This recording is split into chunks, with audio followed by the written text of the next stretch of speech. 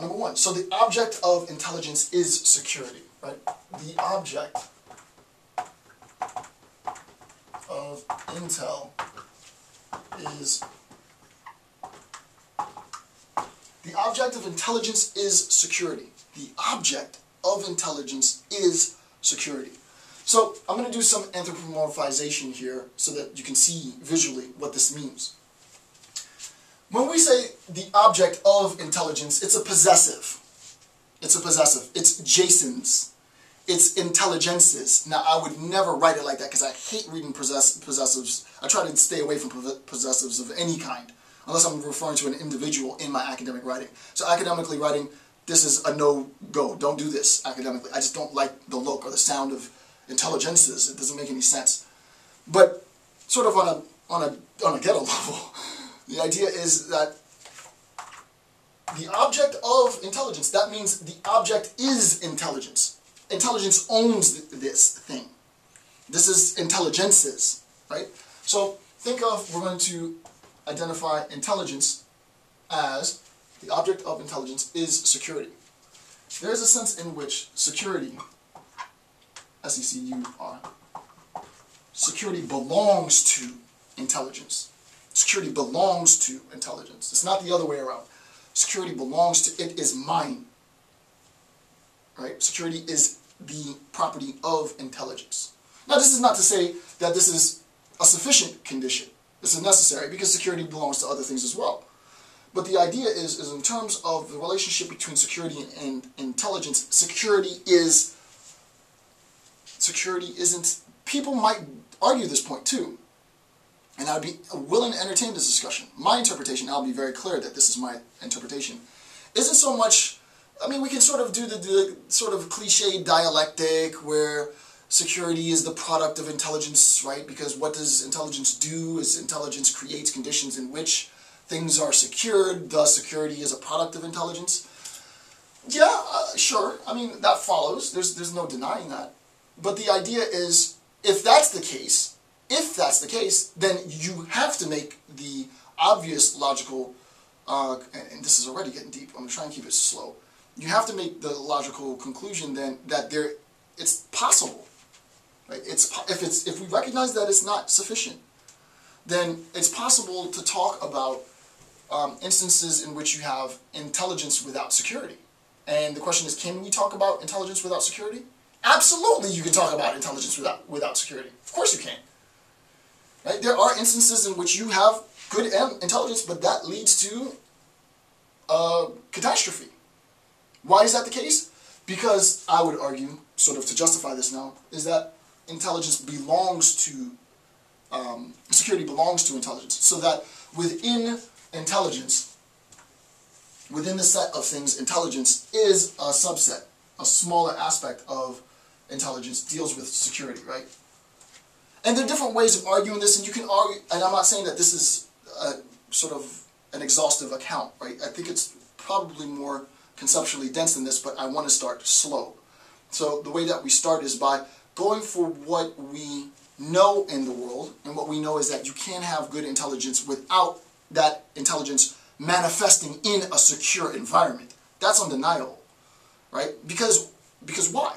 Because there are so many variables to account for, and any minute variable that is overlooked could potentially hamper security.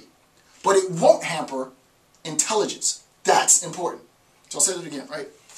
In terms of the relationship between intelligence, this is very important, right? In terms of the relationship between intelligence and security, it is important. And why, let me pause. Why am I saying this? Because I feel that institutions, it would be to their best of their advantage to try and construct metrics in a means of assessing not just job placement or job function or promotion, but institutional effectivity.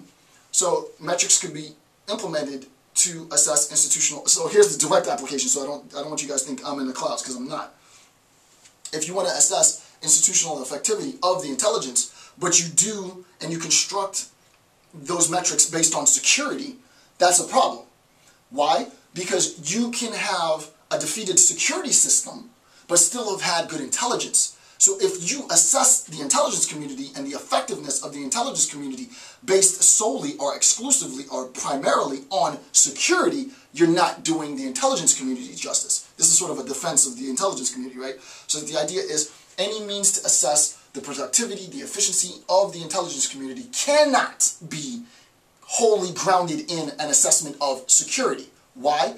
Because insofar as we are talking about security, there's so many variables that need to be addressed to secure an environment that any one of those variables could potentially lead to the destabilization of the environment, and that can't directly then undermine intelligence. No, they're different, right? There's a difference. So that security is an aspect of intelligence, but to view intelligence or to assess intelligence solely by security, if you agree with this, you have to agree with the logic that follows, because it's called, you cannot existentially generalize, you cannot universally generalize from an existential instantiation, right? You cannot universally generalize. You can't make a generalization with universal fact, as universal fact, from an existential instantiation. You can't look at one instance of security and then generalize that sort of destabilization in security and then condemn the intelligence community. I'm not going to go into stuff on Benghazi now because it's too hot, not for me. I'm a citizen, I can say whatever crap I want to say. But, you know, it's that, right? There's a lot of sort of witch hunt, oh, the intelligence community screwed up because, you know, look at this one destabilized environment that should have otherwise been secure. Sure. There were a tremendous amount of factors, but the correlation is, I mean, the attempt to say that it's a one-to-one match, it is a generalization of the most egregious level, right? No.